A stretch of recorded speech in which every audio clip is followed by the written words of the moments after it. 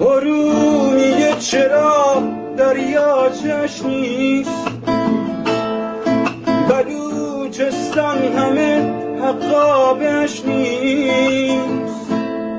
خزر کم آب شد و آبی ندارد.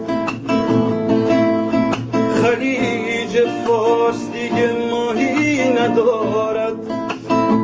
بگو زاینده رود من کجا رفت؟ شکوه رود کارونم کجا رفت؟ سکوت ما نتیجش اینه آره، یه ایران فقیر و تیکه پاره. من بلوچم بیشناسه بینشونم، من یه کردم کوله بر بار پشتشونم.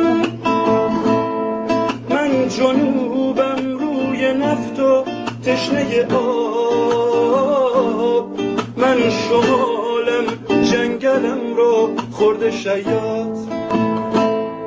من از پارسم دیارم تخت جمشید، نماد پرچمم شیر است و خورشید.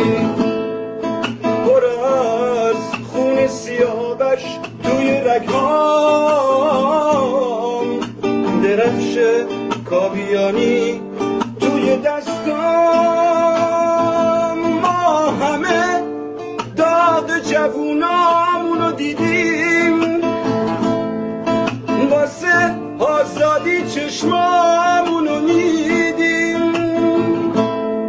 پس میرقصیم و میخندیم و میمیریم تا که ایرانمونو پس بگیریم.